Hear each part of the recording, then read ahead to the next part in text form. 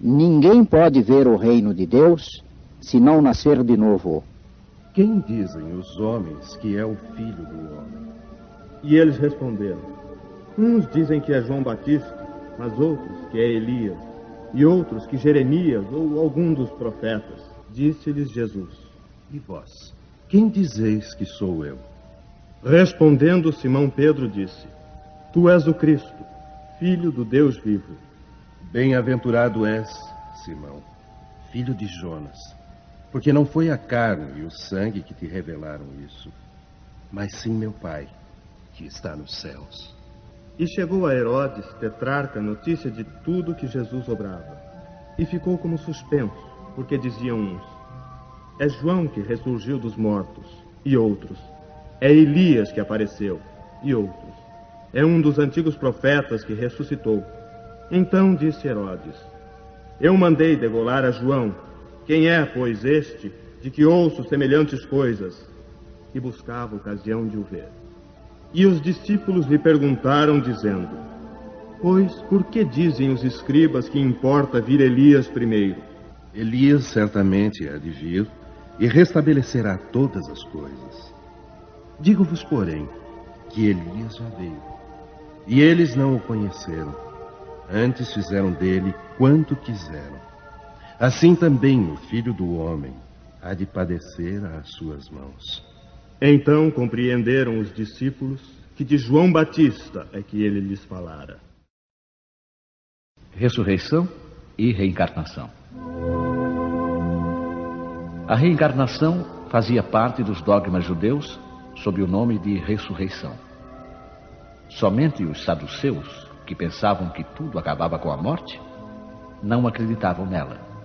As ideias dos judeus sobre essa questão, como sobre muitas outras, não estavam claramente definidas porque só tinham noções vagas e incompletas sobre a alma e sua ligação com o corpo.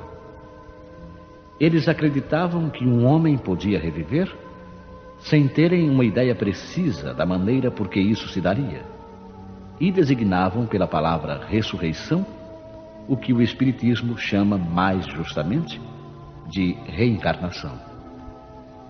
Com efeito, a ressurreição supõe o retorno à vida do próprio cadáver, o que a ciência demonstra ser materialmente impossível, sobretudo quando os elementos desse corpo já estão há muito dispersos e consumidos. A reencarnação é a volta da alma ou espírito à vida corpórea, mas num outro corpo, novamente constituído, e que nada tem a ver com o antigo. A palavra ressurreição podia assim aplicar-se a Lázaro, mas não a Elias, nem aos demais profetas. Se, portanto, segundo sua crença, João Batista era Elias, o corpo de João não podia ser o de Elias, pois que João tinha sido visto criança e seus pais eram conhecidos. João podia ser, pois, Elias reencarnado, mas não ressuscitado.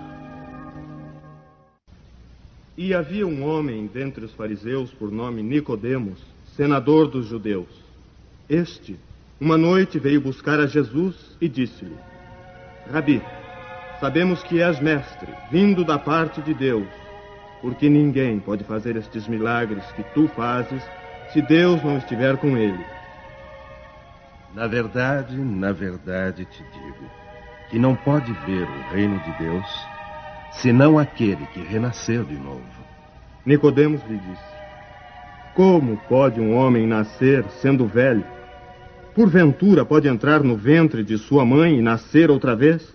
Em verdade te digo que quem não nascer da água e do Espírito não pode entrar no reino de Deus.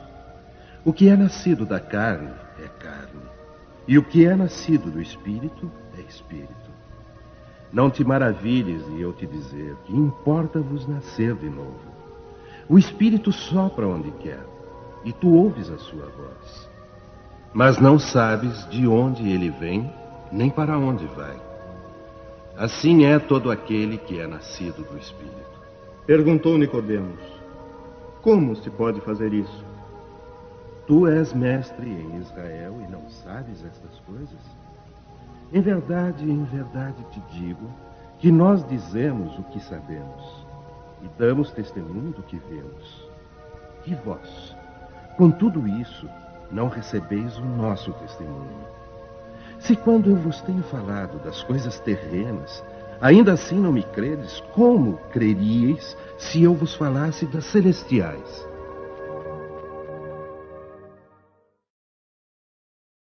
Ressurreição e reencarnação.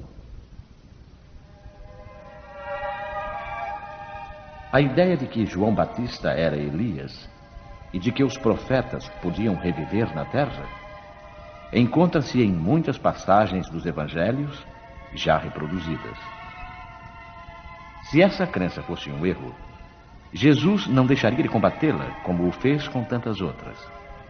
Longe disso, porém, ele a sancionou com toda a sua autoridade e a transformou num princípio, fazendo a condição necessária quando disse: ninguém pode ver o reino dos céus se não nascer de novo. E insistiu, acrescentando: não te maravilhes de eu ter dito que é necessário nascer de novo. Estas palavras, se não renascer da água e do Espírito, foram interpretadas no sentido da regeneração pela água do batismo. Mas o texto primitivo diz simplesmente: não renascer da água e do Espírito, enquanto que, em algumas traduções, a expressão do Espírito foi substituída por do Espírito Santo, o que não corresponde ao mesmo pensamento. Esse ponto capital ressalta dos primeiros comentários feitos sobre o Evangelho, assim como um dia será constatado sem equívoco possível. Para compreender o verdadeiro sentido dessas palavras, é necessário reportar a significação da palavra água, que não foi empregada no seu sentido específico. Os antigos tinham conhecimentos imperfeitos sobre as ciências físicas e acreditavam que a Terra havia saído das águas. Por isso, consideravam a água como o elemento gerador absoluto. É assim que encontramos no Gênesis: o Espírito de Deus era levado sobre as águas, flutuava sobre as águas. Que o firmamento seja feito no meio das águas, que as águas que estão sobre o céu se reúnam num só lugar, e que o elemento árido apareça. Que as águas produzam animais viventes que nadem na água, e pássaros que voem sobre a terra e debaixo do firmamento. Conforme essa crença, a água se transformara no símbolo da natureza material, como o Espírito o era da natureza inteligente. Estas palavras: se o homem não renascer da água e do Espírito, ou na água e no Espírito, significam, pois, se o homem não renascer com o corpo e a alma. Deste sentido é que foram compreendidas no princípio. Esta interpretação se justifica, aliás, por estas outras palavras: o que é nascido da carne é carne, e o que é nascido do Espírito é Espírito. Jesus faz aqui uma distinção positiva entre o Espírito e o corpo. O que é nascido da carne é carne, indica claramente que o corpo procede apenas do corpo e que o Espírito é independente dele. O Espírito sopra onde quer, e ouves a sua voz, mas não sabes de onde vem, nem para onde vai. É uma passagem que se pode entender pelo Espírito de Deus que dá a vida a quem quer, ou pela alma do homem. Nesta última acepção, a sequência "mas não sabes de onde vem, nem para onde vai", significa que não se sabe o que foi nem o que será o Espírito. Se, pelo contrário, o Espírito ou alma fosse criado com o corpo, saberíamos de onde ele vem, pois conheceríamos o seu começo. Em todo caso, esta passagem é a consagração do princípio da pré-existência da alma e, por conseguinte, da pluralidade das existências.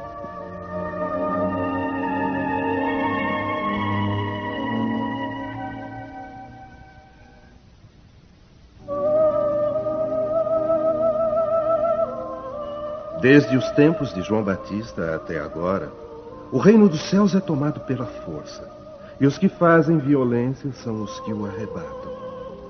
Por que todos os profetas e a lei, até João, profetizaram? E se vós o quereis bem compreender, ele mesmo é o Elias que há de vir. O que tem ouvidos de ouvir, ouça.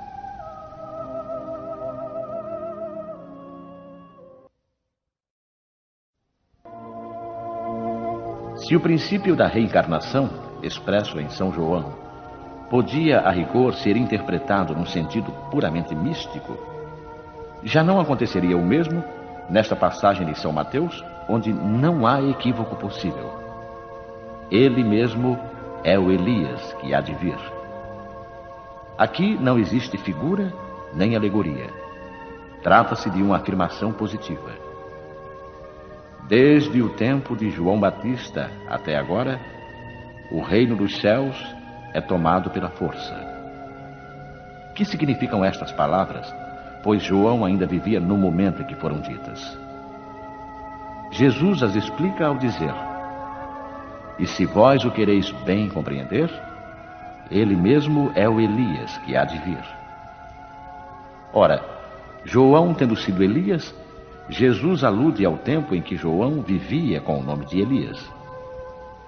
Até agora o reino dos céus é tomado pela força, é outra alusão à violência da lei mosaica, que ordenava o extermínio dos infiéis para a conquista da terra prometida, paraíso dos hebreus, enquanto que, segundo a nova lei, o céu é ganho pela caridade e pela brandura. A seguir acrescenta: o que tem ouvidos de ouvir, ouça. Essas palavras, tão frequentemente repetidas por Jesus, exprimem claramente que nem todos estavam em condições de compreender certas verdades.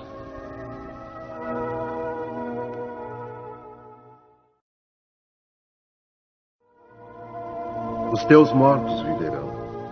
Os meus, a quem tiraram a vida, ressuscitarão.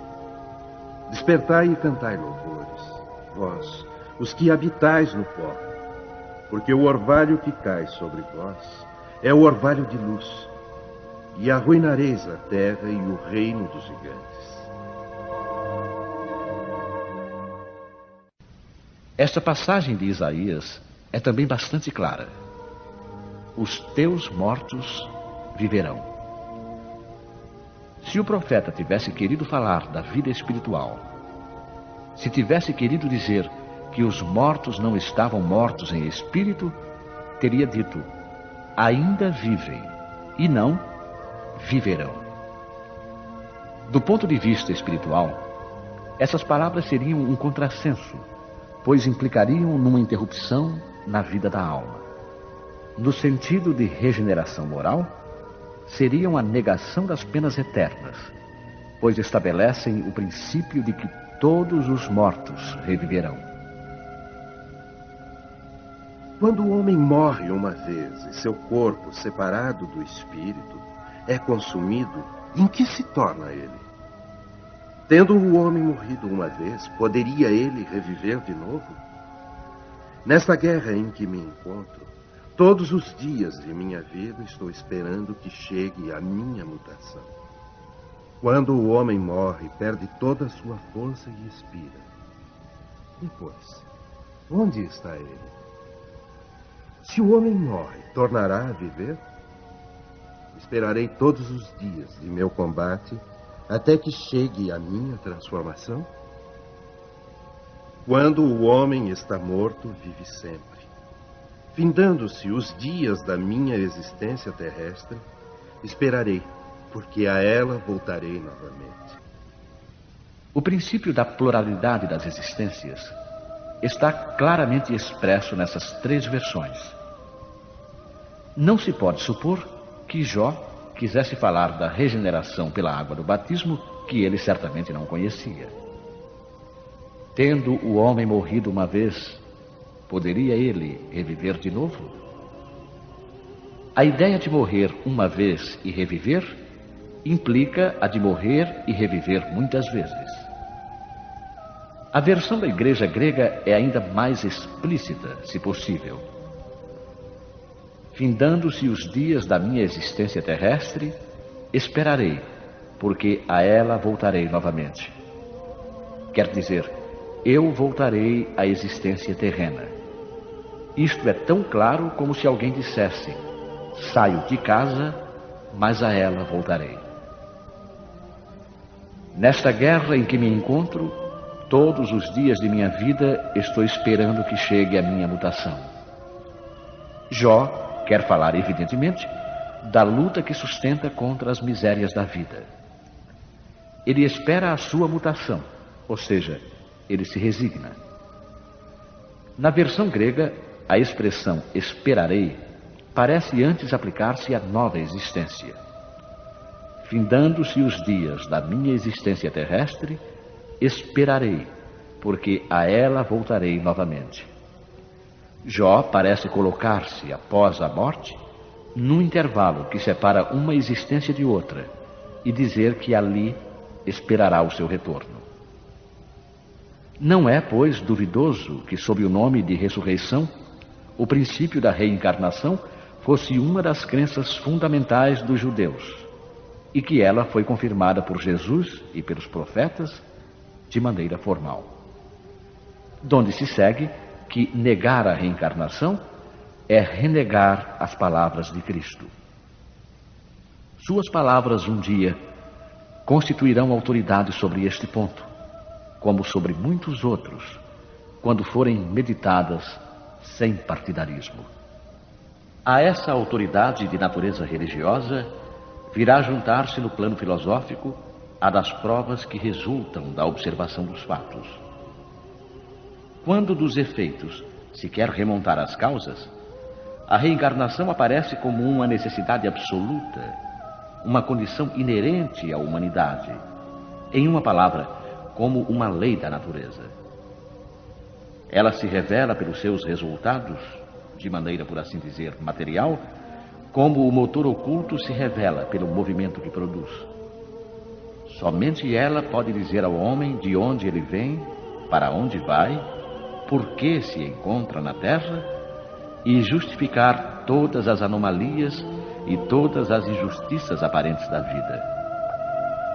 Sem o princípio da pré-existência da alma e da pluralidade das existências, a maior parte das máximas do Evangelho são ininteligíveis e por isso têm dado motivo a interpretações tão contraditórias. Esse princípio é a chave que deve restituir-lhes o verdadeiro sentido.